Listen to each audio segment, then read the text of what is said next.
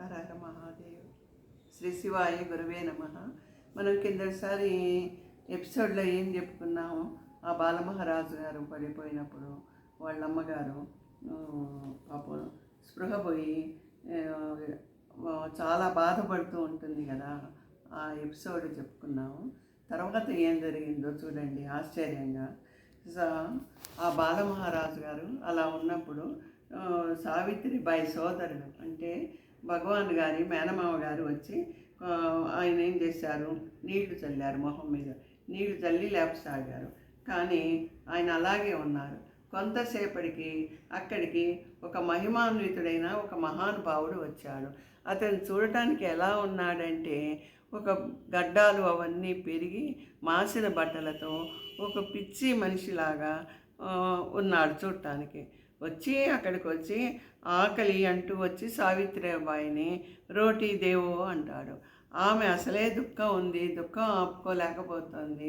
ఒకవైపు కుమారుని గురించి బాధపడుతోంది. ఆకలిగా ఒక అతను వచ్చేమో రోటీ దేవో అంటున్నాడు.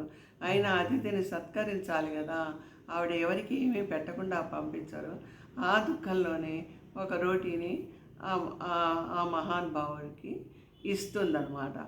ఆయన పోతూ పోతూ అక్కడ వాళ్ళ తండ్రి గారు కొట్టిన కొబ్బరి చిప్పలు ఉన్నాయి కదా, ఆ కొబ్బరి చిప్పలు తీసుకొని ఆ మహారాజు వైపు ఆయన ఏం చేస్తాడంటే ఆ కొబ్బరి చిప్పలు కూడా తీసుకొని వెళ్తూ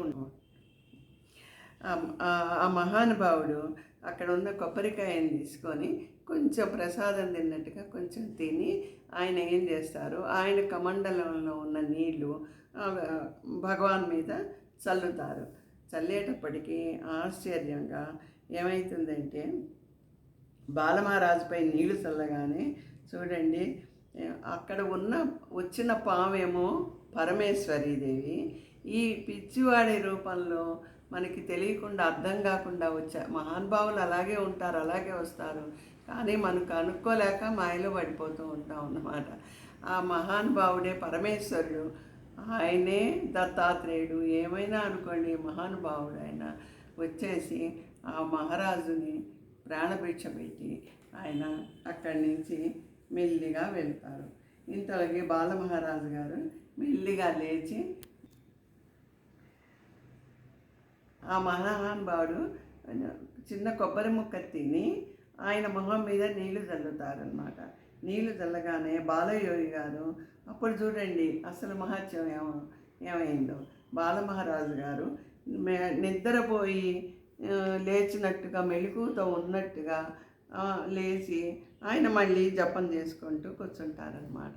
అంటే దీని అర్థం ఏమిటి, మనం గురువుల దగ్గరికి వెళ్ళినప్పుడు మనం గురువులకి దగ్గరకి ఏదో ఒకటి మనకి చేతనైనది తీసుకువెళ్ళాలి.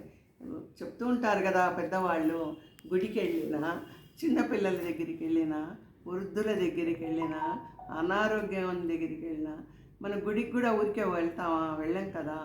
అలాగే ఎవరు మన ఇంటికి వచ్చినా అతిథి సత్కారం చేయాలి కదా. అలా ఆ ఉద్దేశంతో ఆవిడ అంత బాధలోనూ రొట్టె ఇచ్చింది. ఆయన రొట్టెను స్వీకరించారు ఆ మహానుభావులు. అదీగాక ఆయన కొంచెం కొబ్బరి ముక్కను తీసుకున్నారు. ఎందుకంటే ఆయనలో ఉన్న విషప్రయోగం అంతా పోయి ఈయన స్వీకరించి ఆయన బ్రతికేటట్టు చేసిన మహాపరమశివుడు, కైలాసం నుంచి దిగొచ్చిన పరమశివుడని మనం భావించుకోవాలన్నమాట. ఇలా ఉండగా కొన్ని రోజులకు సాధు రూపంలో వచ్చి ఆయన కాపాడారు కదా.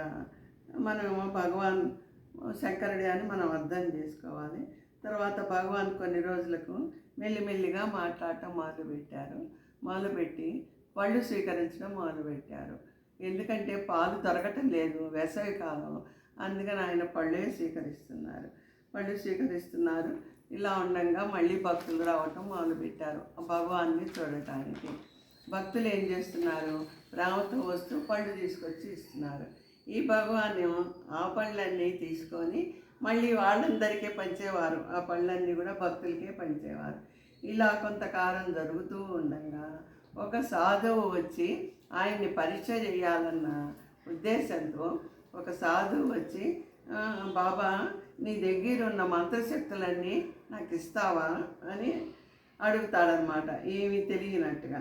అడిగేటప్పటికి భగవాన్ గారు అంటారు, నాకు అసలు చదువే రాదు, నా దగ్గర ఏ మంత్రశక్తులు లేవు, నేను కూర్చొని పరమేశ్వరుని ధ్యానం చేయడం తప్ప నా దగ్గర ఏమీ లేదు, నా దగ్గర ఆ పరమేశ్వరుని భస్మమే ఉన్నది, అంత తప్ప నా దగ్గర ఏమీ లేదు బాబా అని చెప్పేసి ఆయనతో అంటారనమాట. ఆ వచ్చిన ఆ మహానుభావులతో.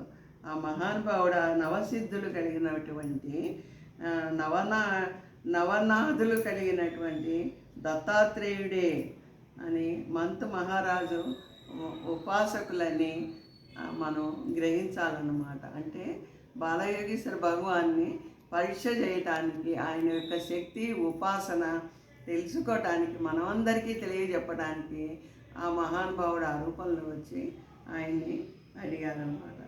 అప్పుడు ఆయన ఈయన్ని ఆశీర్వదించేసి మహారాజు గారికి ఒక 50 రూపాయలు ఇచ్చి వెళ్తారు. వెళ్తే ఆయన అంటారు, ధనం నాకెందుకు స్వామి, బాబా నాకు ఈ ధనం వద్దు అని ఆ బాలయోగి గారు అక్కడ పక్కనే ఉన్న ఒక వృద్ధురాలికి, అమ్మ నీకేదో అవసరం అని వచ్చినట్టుగా నా మనసుకు అనిపిస్తోంది, ఈ ధనం నువ్వు తీసుకొని వెళ్ళి ఉపయోగించుకో అని చెప్పి ఆ ధనాన్ని ఆ పక్కనున్న వృద్ధురాలికి భగవాన్ ఇస్తారు. ఆయన ఆ సిద్ధుడు ఇచ్చిన 50 రూపాయలు నాకెందుకు స్వామి, నాకు ధనం అక్కర్లేదు అని చెప్పి పక్కన ఒక ముసలి ఆవిడ ఉంది, ఆవిడకి ధనం కావలసే మనసులో కోరికతో ఇక్కడికి వచ్చి ఉన్నది, ఈ ధనం ఆవిడకి ఇవ్వండి అని చెప్పి ఆయన అంటారు. ఆ ధనం ఆ వృద్ధురాలికి ఇచ్చి వెళ్తారన్నమాట. ఆయన లీలలు మహత్యాలు ఎన్నని చెప్తాము చూసారా. ఒక్కొక్కటి మీరు తెలుసుకొని ఆనందించండి. ఇంకా ఇంకా నేను చెబుతూనే ఉంటాను, మీరు మంచి భక్తి శ్రద్ధలతో వినాలని నా కోరిక. హరహర మహాదేవ్. మీ అందరికీ నా నమస్కారం. విజయ బ్రహ్మ.